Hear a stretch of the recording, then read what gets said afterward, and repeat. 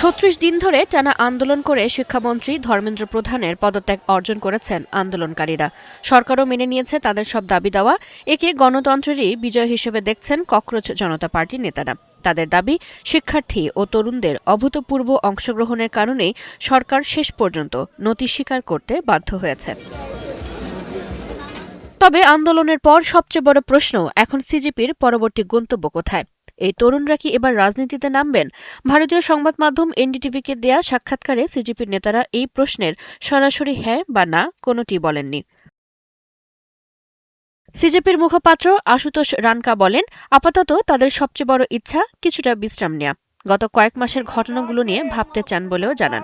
আন্দোলনের এই সাফল্যকে তিনি গর্ব ও স্বস্তির মুহূর্ত হিসেবে বর্ণনা করেন। পূর্ণকালীন রাজনীতিতে আসবেন কিনা এমন প্রশ্নে রানকার জবাব, ভারতে কখনো কোনো কিছুকে না বলতে নেই। এখনই এসব বিষয়ে কোনো সিদ্ধান্ত হয়নি বলেও জানান তিনি। অন্যদিকে আরেক মুখপাত্র সৌরভ দাস স্পষ্ট করে জানিয়েছেন, আপাতত রাজনৈতিক দল গঠন বা নির্বাচনী রাজনীতিতে অংশ নেওয়া তাদের লক্ষ্য নয়, বরং যুব নেতৃত্বাধীন এই আন্দোলনকে তৃণমূল পর্যায়ে আরও এগিয়ে নিতে চান তারা। তার দাবি, দেশে শত শত রাজনৈতিক দল থাকলেও তরুণদের প্রত্যাশা পূরণে তারা ব্যর্থ হয়েছে।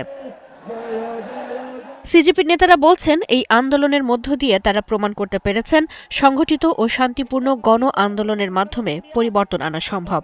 তবে এই মুহূর্তে তাদের লক্ষ্য নতুন রাজনৈতিক দল গঠন নয়, বরং দেশের বিভিন্ন প্রান্তে তরুণদের এই আন্দোলনের চেতনাকে ছড়িয়ে দেওয়া।